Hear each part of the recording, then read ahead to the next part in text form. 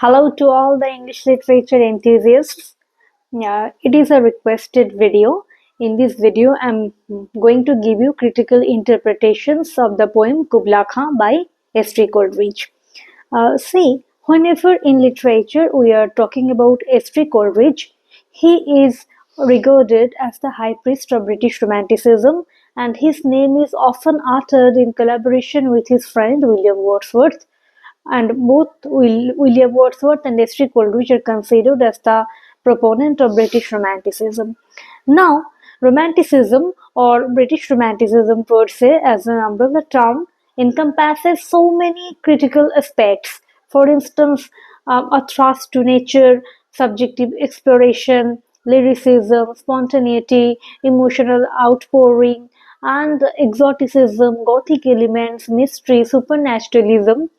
S.T. Coleridge, as a romantic poet, embraced these mysterious, supernatural, exotic elements of romanticism, and as a result, in his poetic endeavor, we often come across Gothic elements, horrible elements, supernatural, ghastly elements, and also the presence of a supernatural which is not very gruesome or graphic, but the sense of supernaturalism in his poetry comes from a very subtle suggestion which allows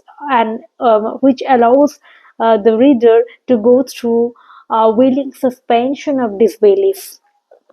So, St. Coleridge, as a result, turns out to be a celebrated British Romantic poet, and his fame chiefly rests on three remarkable poetic creations.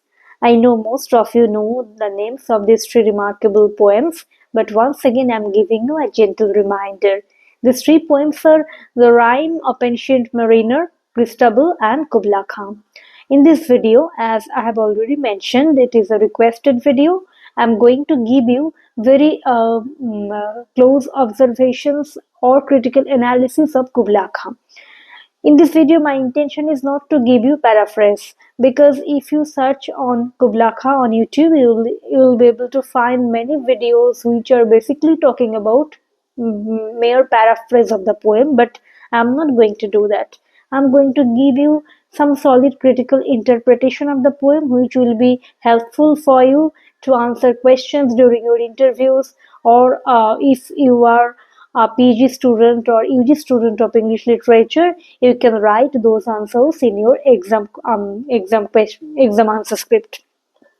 So I have divided the talk into three broad categories here. In the initial section, I'm going to give you the poetic composition history of the poem, and in the second segment of my talk, I will be discussing about the brief overview about the poem, and in the third segment, I will be critically analyzing the poem.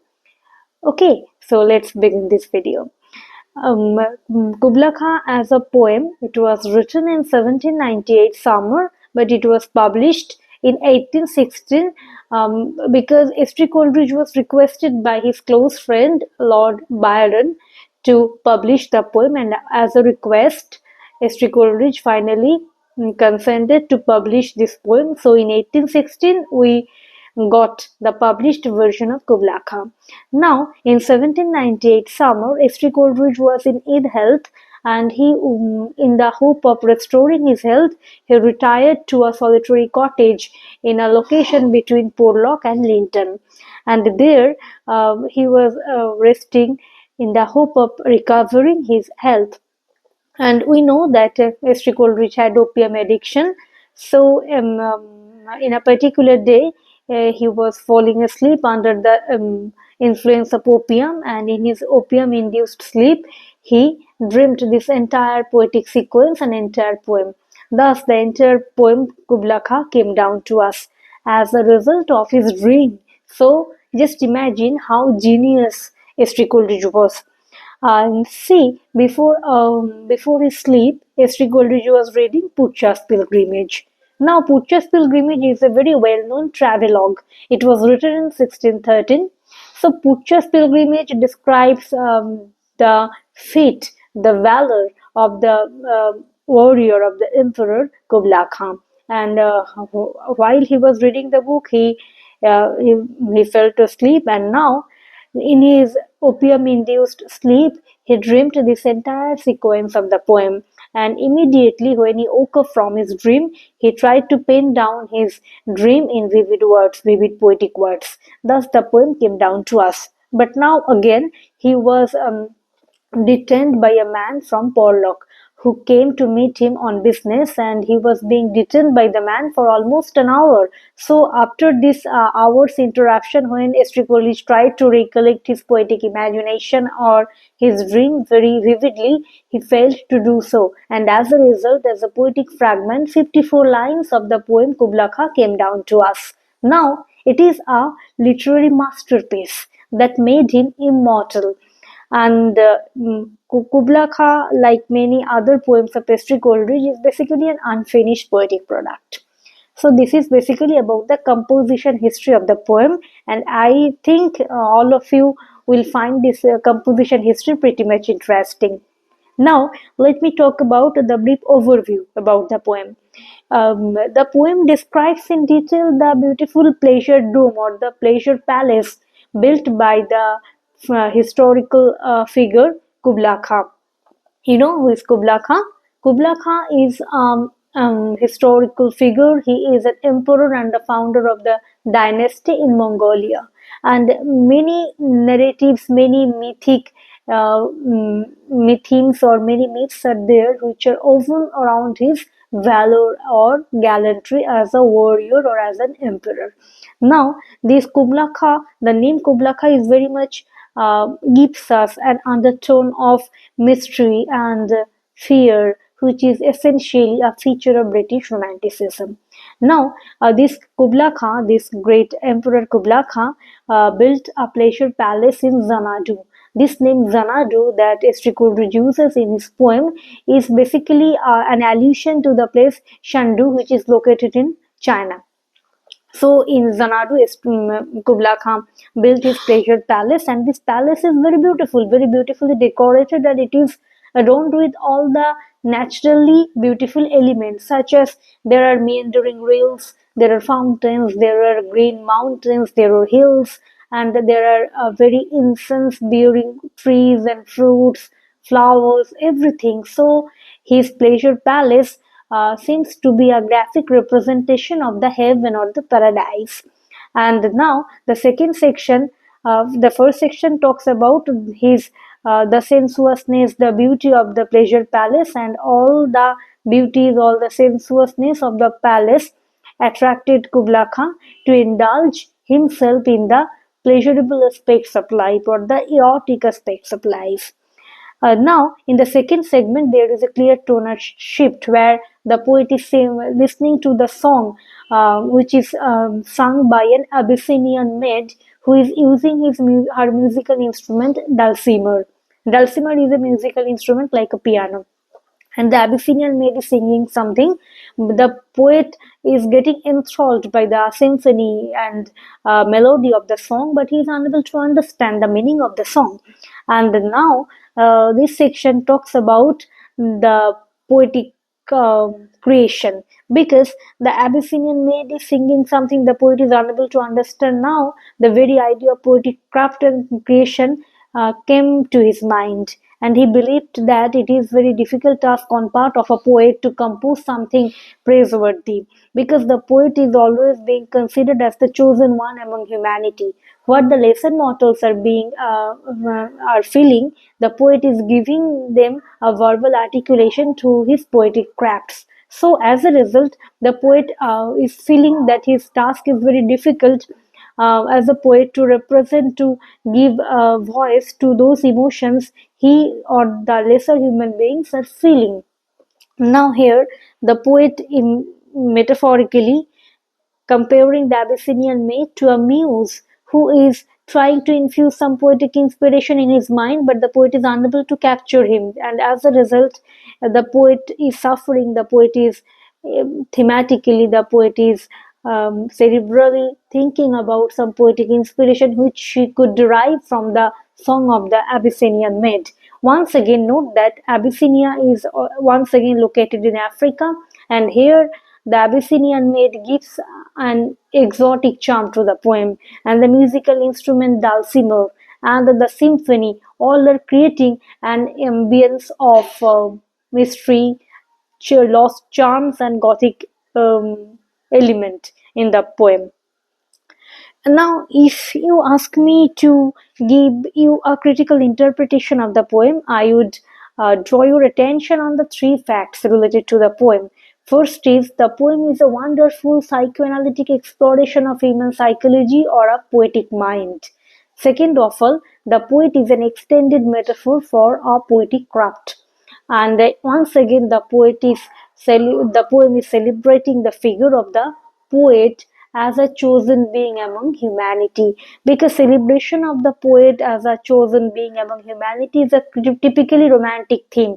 Because if you read P.B. Shelley's Defense of Poetry, if you read Sir Philip Sidney's An Apology for Poetry, you will find that the poet is always being imagined as the very special person, very genius one, who is expressing, who is articulating the emotions, the feelings of humanity. And as a result, the poet is the spokesperson of humanity. And as a result, it deserves to be honored.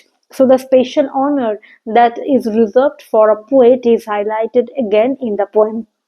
And if I ask you to pay very close attention to the first segment of the poem, Kubla Khan, where the beautiful pleasure palace is being described wonderfully, all the meticulous details are there.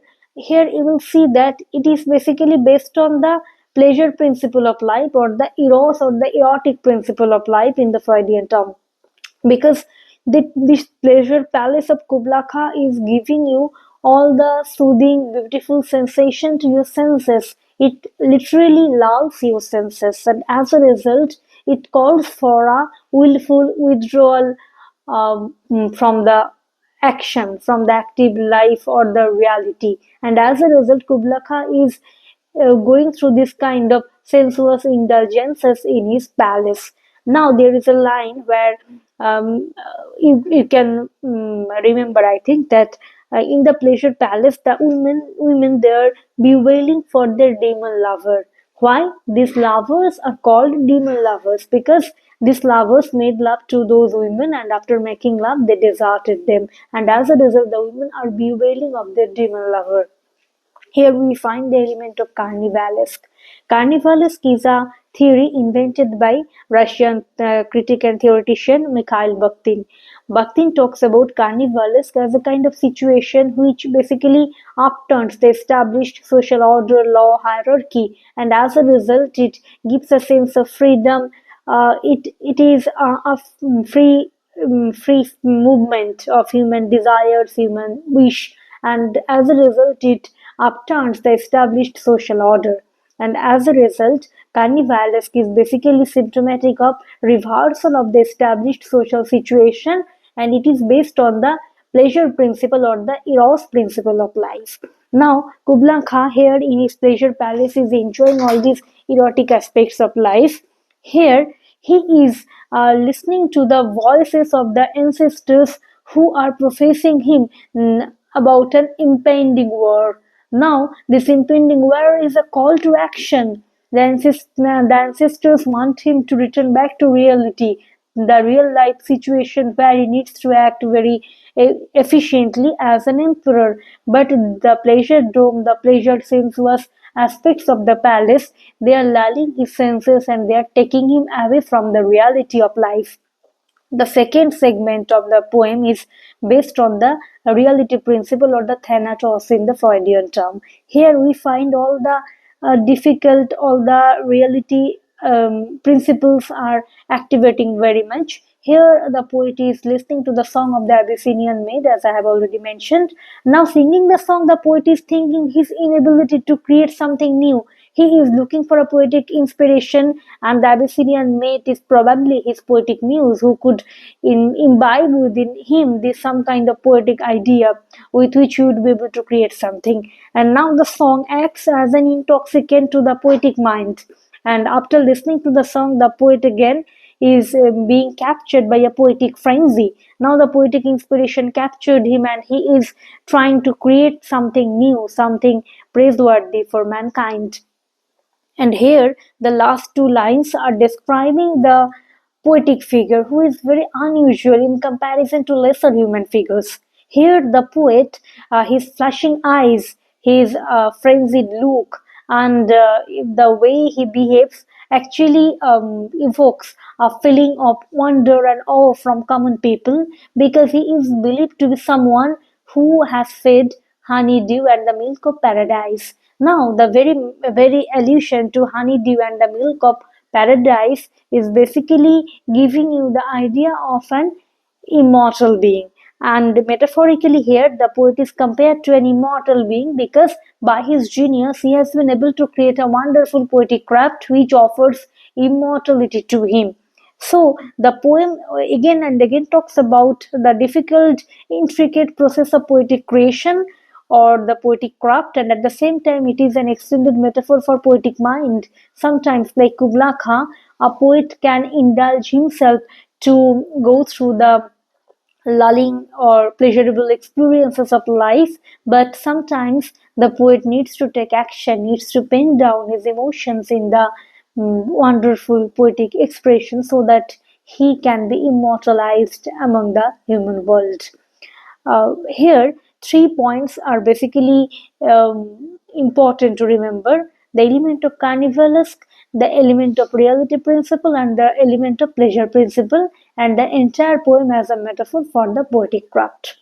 Hope you would find this discussion helpful. If you like this discussion, please hit the like button, do share, and subscribe my YouTube channel for more videos like this. Stay tuned. Bye.